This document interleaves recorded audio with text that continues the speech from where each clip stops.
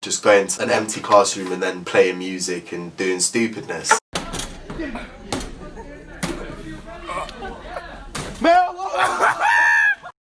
For high achievers, yeah.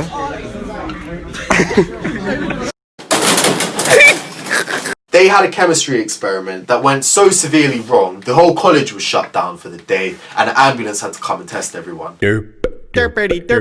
Some guy got banged in the face, his head licked off the wall, bop, and he fell and smacked his head on the floor. When he fell down and started having a seizure, yeah.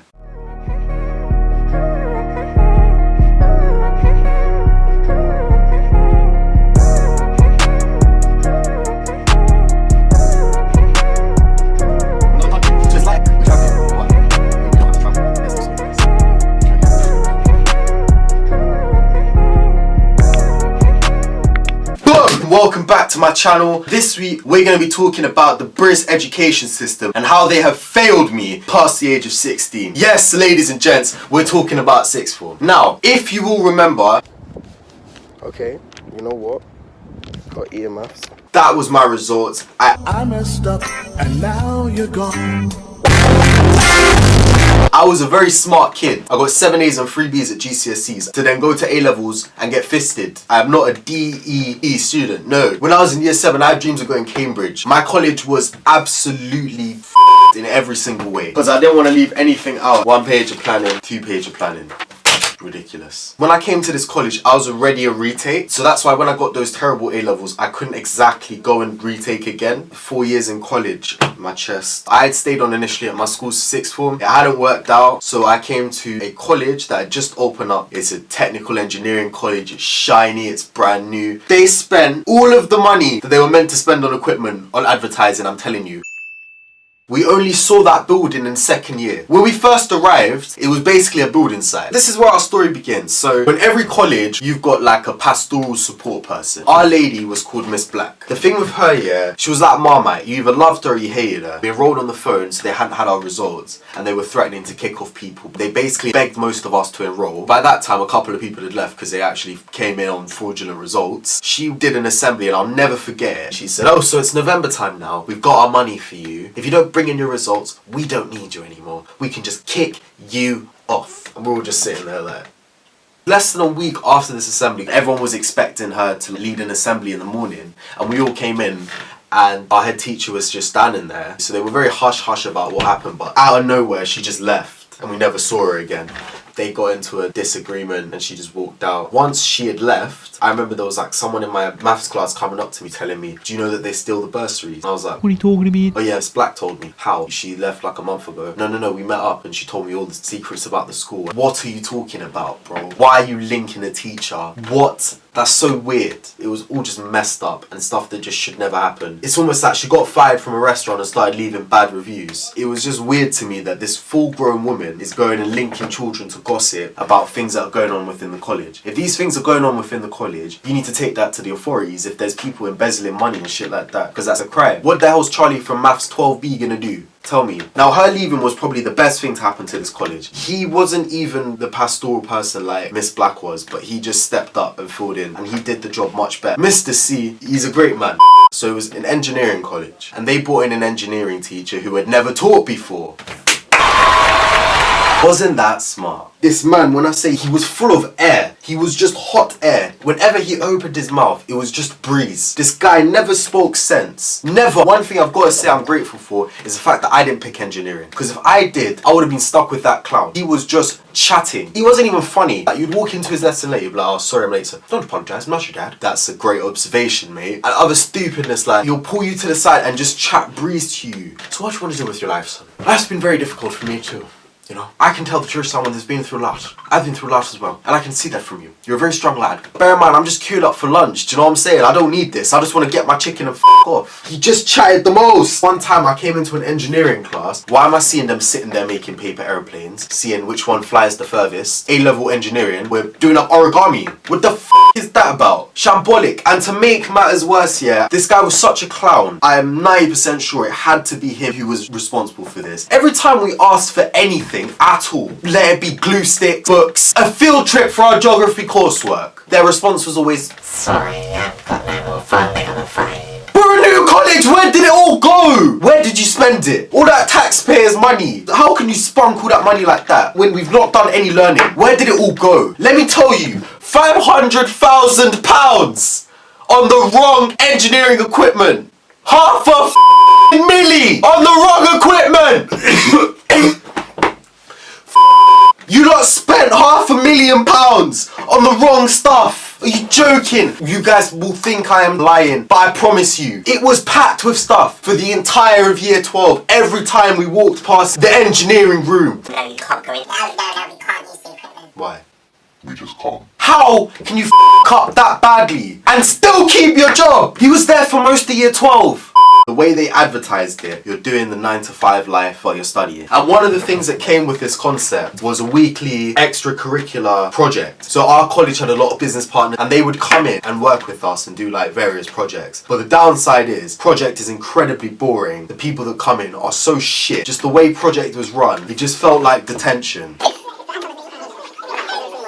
That's why no one went. Every single term, you have to do like a presentation at the end. My group would bunk off for most of the term and then come in for the last 2 sessions and just, we'd be those guys at the end that'd be like, and that is why hydropower is good. Thank you for watching. That was really my line once for a presentation. But the project session I'm going to specifically talk about is going to, again, this is a reflection of how shit my college was. There was this girl, and you know how sometimes girl best friends can look really similar? They were both the same hair colour, they had the same facial structure, but one wore glasses, one was a foot taller than the other. They are bately different people. Francine's friend came to meet us after school. We just swiped her in. Receptionist didn't even look up, took her upstairs and we went into the study room. They loved to harass my mum, belling up my mum's line and emailing her stupidness if I didn't go project. So we started just going, ticking our names and just going to an empty classroom and then playing music and doing stupidness.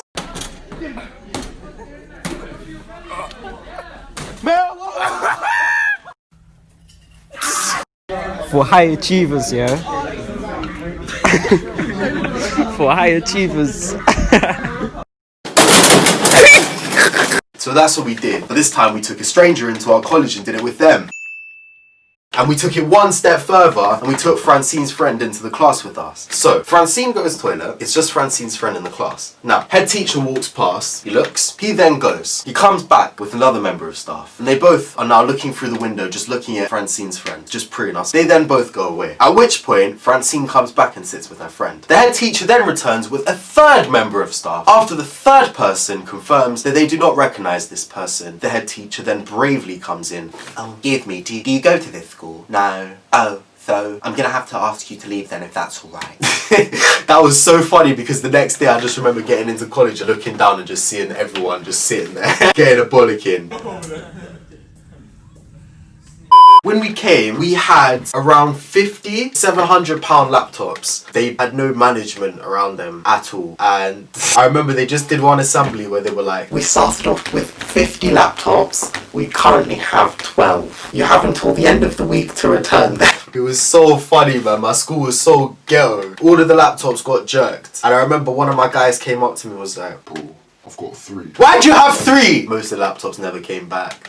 The head teacher was a lady called Miss Wolf. The reason why I call her Miss Wolf is because she was a bitch. Miss Wolf was standing on the 4th floor, shouted down to my friend, your skirt's too short. The whole college can hear you. She was like, what? Dash the stuff back. She was up them stairs for her. Miss Wolf doesn't really know what she's done here and she now realises that she's f***ed up. So she runs away and locks herself in a room. We's outside saying, come outside. You need to go, I'll call the police. And say what? A 16-year-old is threatening you? That's what you're gonna call police and say, is it? So then the assistant head teacher, Mike, he comes and he's like trying to diffuse the situation. He goes, Ree, you need to calm down. This isn't like where you're from.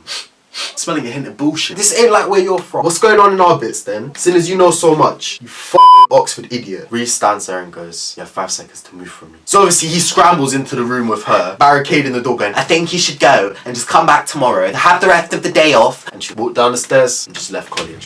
We were hearing bare rumours that Miss Wolf might be leaving and everyone was getting bare excited. And her leaving assembly, it felt like a funeral. I'll never forget her words. It was mad because she stood there in front of like 50 or 60-year-olds and went, some of you sail through life thinking that it owes you something. Well, next year on results day, most of you are going to be very sorry. Most of you won't get far in life. Most of you won't do much with it. Those of you who, for numerous reasons, have let yourselves, your family, and this college down will get exactly what they deserve. We all just kind of had to clap, like... Our college's punishment system definitely didn't work. They tried doing after school detentions, and as with Project, no one came. Instead, they came for lunchtime detentions.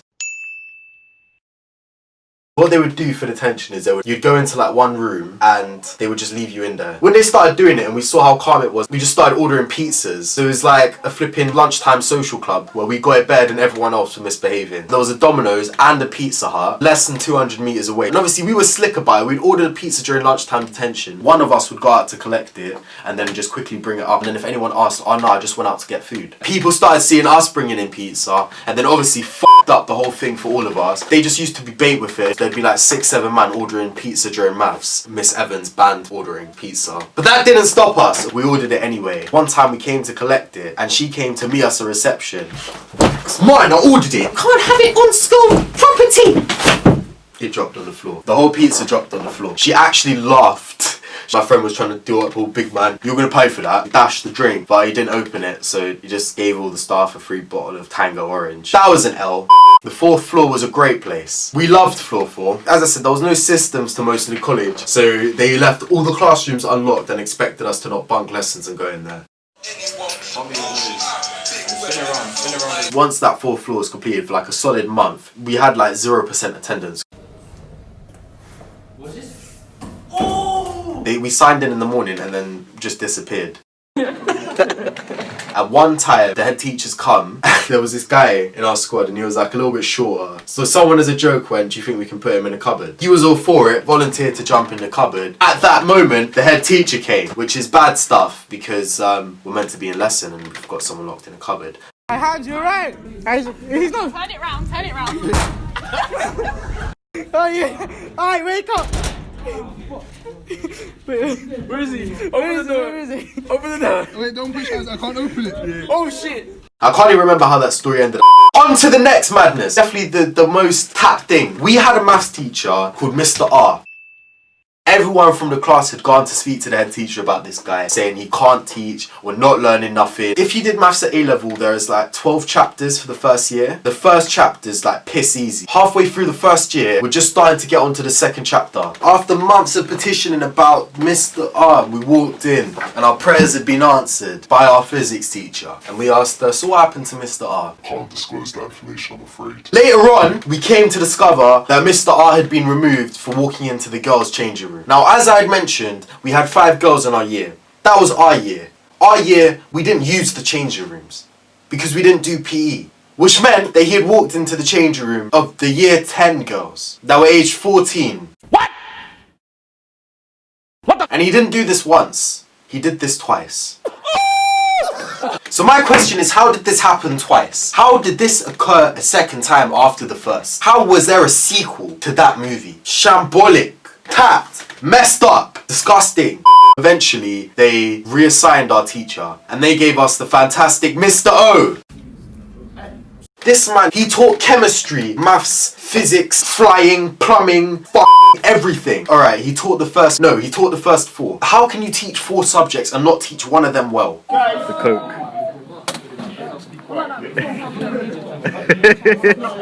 So what's your degree? My degree is in chemistry, but I can teach physics and maths. He was another one who just chats breeze upon breeze. You don't even need to get tired, you'll just be like this and he'd be like... You are leaning on your hand because you are smoking the ganja. You are smoking too much. He would come late to his class and he'd be like... As a black man, they only expect you to come late. So you have to prove the white man wrong. You cannot come late as a black man. So my train can't be delayed if I'm black. What kind of stupid Uncle Tom business is this? There just weren't enough progress made for the time he was teaching us. Come the end of the year, we've done up to like chapter 7 and they're saying to us, for your summer homework, just finish, maths year 12. No, that was your job! I touched briefly over our physics teacher. We were getting stuff done with her. All our results were pretty decent with her. It was when they changed us. You know what? F*** you. Mr. Jagorovas, he took over right before the end of the year. We had just done some end of year tests. Throughout all of the tests throughout year 12, I was packing A's. First test, I got 98%. Top of the class. He comes, suddenly I'm bottom. Coincidence? I think not. And I flopped and I got an E. I said to him, so obviously we were told our previous tests would count as well. I don't know where they are. I think someone lost them. There was a chemistry teacher as well, Mr. Mila. He just radiated nonce energy. Because I'd done really badly on one test and I didn't want my predictors to be shit based off one test. So obviously I tried to argue my case. They didn't know I was standing outside and I overheard the chemistry guy say, Keanu predicted a B, he's talking shit. So obviously at this point, I've walked into the room, I said, well no, not really. I took pictures of all my tests, I can show you to prove it. In the end, I still got my E. They didn't find the tests. So we had a sports hall, that's where everyone would go at lunch. And it was a very small sports hall, half the size of a five-a-side pitch. Everyone would just go there to kick ball. Everyone was just fighting. And some guy got banged in the face, his head licked off the wall, bop, and he fell and smacked his head on the floor. When he fell down and started having a seizure, yeah. But I'm pretty sure most of these teachers printed out their degrees and their certificates because no one knew how to deal with it. I obviously heard of madness going on in the hall, so I've come. As I've got there, that's when he's been knocked down, so I've just seen someone lying on the floor. Then all the teachers have come running in. Excuse me, ready for a medical check? The girls are there crying frantically. Everything's just a mess. No one knew. The head teacher's She's medically trained. How are you the head teacher then? If you ain't even got first aid training, how are you in charge? Ambulance comes, takes him away. Everyone who was in the hall is downstairs. Further taking details. All a mess. To conclude first year, I'm going to talk about the one consistent week I cannot say a single thing went wrong. It was the week we had work experience. The work experience week was sick. I got on the work experience where we got to go to Ken. PG tips, without the tips, but I'll put the tip in. And work with National Rail. We got to see like all the track maintenance stuff. Like it was fun. I think that was the last consistent week I attended college. That is the end of first year. That is the end of first year.